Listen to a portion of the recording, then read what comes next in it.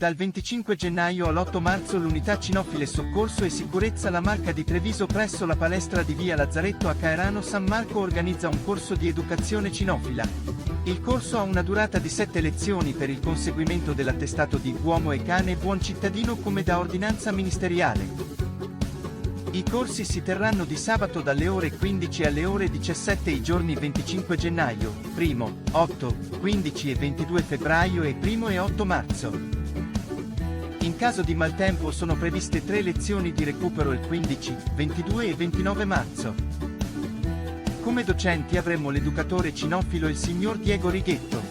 Gli istruttori cinofili sono la signora Grazia Betteto e i signori Nedo Gallina ed Isma Boldrin.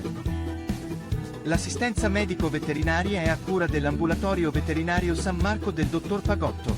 Per informazioni e o iscrizioni il responsabile del corso è il signor Nedo Gallina. Cellulare 3389 318 361 3299057289. Email gallo.marcato@gmail.com